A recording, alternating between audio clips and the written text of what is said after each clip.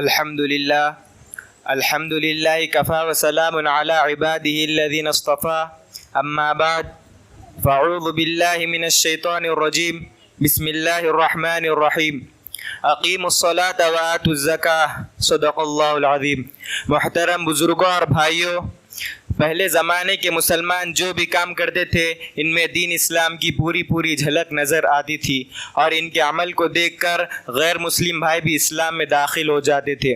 وہ ہر موقع پر اللہ کے حکم پر ہی عمل کرتے تھے۔ اللہ کے حکم پر ہی کامیابی ہے اور حفاظت و سکون ہے، اس بات کا آپ کو پکا یقین تھا۔ آج کے زمانے میں بھی اللہ کے بہت سے بندے ایسے ہیں جو اپنے بزرگوں کی طرح عمل کر رہے ہیں۔ ابھی حال ہی میں ایک مسلمان تاجر گزرے ہیں جن کے پاس سینکڑوں پاور لوم تھے اور کپڑے کی بنائی کا کام کرواتے تھے۔ ایک دن کارخانے میں کام کرنے والے آدمیوں نے آ کر آپ کو خبر دی کہ شہر میں زبردست آگ لگ گئی ہے اور خطرہ ہے کہ چند منٹوں میں وہ آگ ہمارے کارخانے کو بھی جلا کر راکھ کر دے گی۔ سیٹھ صاحب اطمینان سے بیٹھے رہے اور کہا کہ فکر نہ کرو، آگ انشاءاللہ ہمارے کارخانے کو نہ جلا سکے گی۔ کارخانے میں کام کرنے والے آدمیوں نے اپنی طرف سے پوری حفاظت کا بندوبست کرتے رہے، لیکن آگ تھی کہ بڑھتی جا رہی تھی۔ چند منٹوں کے بعد ملازمین نے آ کر آپ کو خبر دی کہ واقعی کارخانے میں موجود کپڑوں اور دیگر سامانوں پر آگ کا اثر نہ ہوا، جبکہ اس کے آس پاس کے کارخانے اور مکانات بری طرح جل کر راکھ ہو گئے۔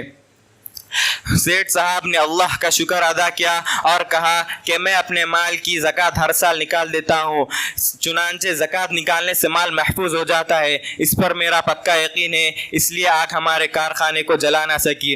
اس قسم کے بہت سے واقعات اکثر سننے میں آتے ہیں۔ اللہ کے جتنے بھی حکم ہیں وہ سب ہماری بھلائی کے لیے ہے۔ انہی حکموں میں سے ایک حکم زکوٰۃ کا بھی ہے۔ زکوٰۃ ہر اس مسلمان پر فرض ہے جس کے پاس 7.5 تولے سونا یا 52.5 تولے چاندی ہو، یا اس کے برابر مال یا سامان تجارت، اور وہ سال بھر اس کا مالک بنا رہے۔ زکوٰۃ کے معنی ہے پاک کرنا، چنانچہ زکوٰۃ نکالنے سے آدمی کا مال پاک صاف ہو جاتا ہے، ورنہ وہ مال ناپاک رہتا ہے اور اس مال میں برکت نہیں رہتی اور اس دولت کے برباد ہو جانے کا خطرہ رہتا ہے۔ جو لوگ زکوٰۃ نہیں نکالتے جبکہ زکوٰۃ ان پر واجب ہو، ایسے لوگوں کے لیے قرآن و حدیث میں بڑی وعید اور سخت عذاب کی دھمکی آئی ہے۔ لیکن آج مسلمان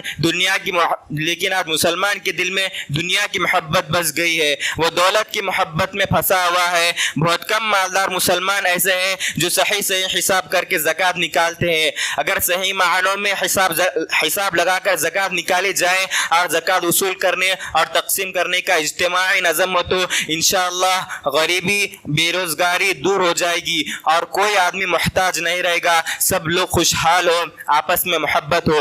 حضور اکرم صلی اللہ علیہ وسلم اور صحابہ کرام کی مبارک زمانے میں زکوٰۃ کی ادائیگی پوری ہو رہی تھی، بلکہ بعض لوگ مقدار واجب سے بھی زیادہ خوش دلی کے ساتھ زکوٰۃ ادا کرنے کی کوشش کرتے تھے۔ چنانچہ اس زمانے میں سب آدمی مالدار ہو گئے تھے اور ایسے آدمی کا ملنا مشکل ہو گیا تھا جو زکوٰۃ کی رقم لینے کا حقدار ہو۔ کاش کہ وہ دن پھر آئے۔ اللہ تعالی ہم سب کو صحیح طریقے سے زکوٰۃ نکالنے اور وصول کرنے کی توفیق عطا فرمائے۔